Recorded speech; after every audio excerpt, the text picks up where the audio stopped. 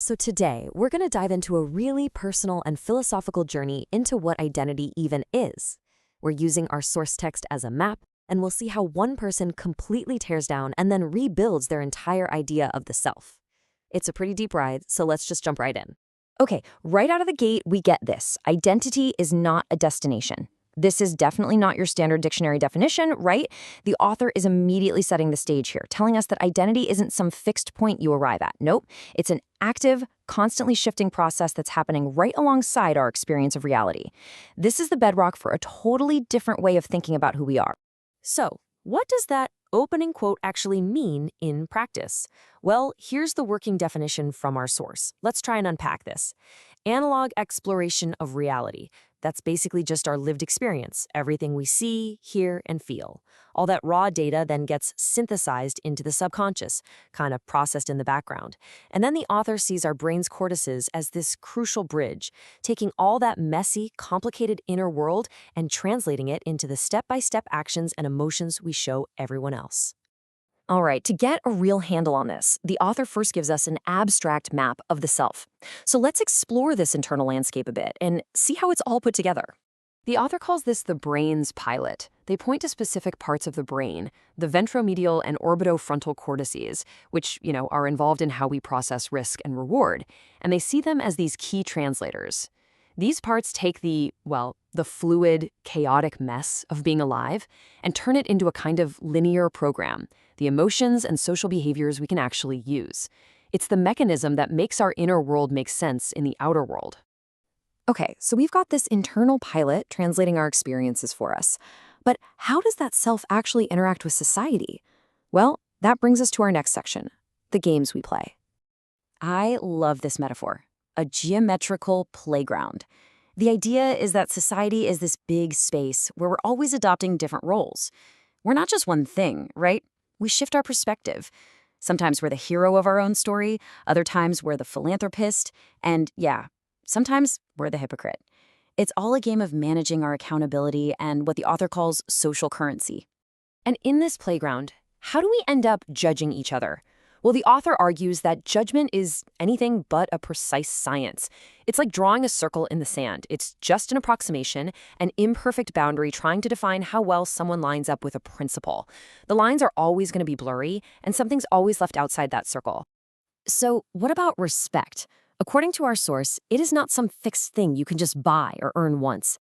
Instead, it's a derivative of your own identity, which basically means it changes as you change. Think of it like a floating datum point on a compass. Your ability to respect others and who you respect, it all shifts as your own life shapes your moral code. It's completely fluid. Next, we're going to see how the author sees the world through a series of really powerful and, honestly, surprising dualities. Let's explore a few of them. First up, wealth and poverty. Our source frames this not just in terms of money, but as psychological states. For the wealthy, the big challenge is accepting the responsibility that comes with all that freedom. For the poor, the challenge is accepting their current reality because that's the necessary first step to actually changing it. It's a fascinating look at the contrast in mindset and obligation. Okay, this next comparison gets even more abstract, so stick with me here. The author presents masculinity as a metaphor for action and labor, like a protective outer shell, an electron shielding the nucleus. And in this view, femininity is compared to wealth itself, a self-creating, self-correcting force. It represents the core, the vessel of life that this masculine energy is working to protect. And here, the text makes a really sharp distinction between knowledge and intellect. Knowledge is framed as something ancient, intuitive, breathing through our paleogenes, our primal instincts. Intellect, on the other hand, is the analytical system that feeds on that raw knowledge. It's described as having a parasitic relationship with our core intuition, which is a really strong way to put it. So, after all this deep, abstract thinking, all these dualities and definitions, where does it all lead? Well, it leads to a point of intense friction, a moment of pure human frustration. Let's look at the question that sits right at the center of this crisis. And there it is, the breaking point. This is the raw, unfiltered question that just slices through all the theory. It's the voice of complete exhaustion, asking if all this mental heavy lifting is even worth it. And it's a moment I think a lot of us can relate to, right? when you get so lost in your own head trying to figure it all out. And from that peak of frustration, the answer isn't some other complex theory. It's a simple, powerful choice. I choose one miracle. I'm supposed to be right here. It's this radical acceptance of the present moment, a decision to stop asking the huge why and just exist in the here and now. This is the whole story's turning point. This new sense of acceptance leads to a whole different kind of question. It shifts from why am I here to who am I right now? The author asks, am I fundamentally a good person or am I a bad person? The conclusion is that we're both.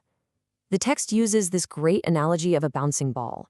At the very peak of its bounce, for just a split second, it's not going up or down. It just is. And in that moment of stillness, we're neither good nor bad. We just exist. So what do you do with a realization like that? Where do you even go from there? This brings us to our final section, and it's all about moving from that crisis to a philosophy of radical self-determination, forging your own place. Here is the roadmap for building an identity that you can't shake. First, you have to see that society's rules are just constructs. Second, you have to consciously choose to take the hard way, to embrace the struggle. And why would you do that? Because of step 3. If you earn your place, you build a foundation so solid that you never have to question why you're there. The certainty comes from the struggle itself. Wow, this is such a powerful metaphor for self-mastery. Your will isn't just about force. It's a tool. It's leverage. The author uses this leverage to get some distance from negative emotions like hate, and that distance lets you objectively study your own strengths. It's about transforming poison into a tool for perspective. A key piece of this whole forging process is humility, but not as some passive trait. Humility here is presented as an active practice. It's this ongoing process of managing your pride so that the truth can actually get through. For the author, humility isn't something you are, it's something you do every single day. And this brings us to the final defiant statement of this entire journey.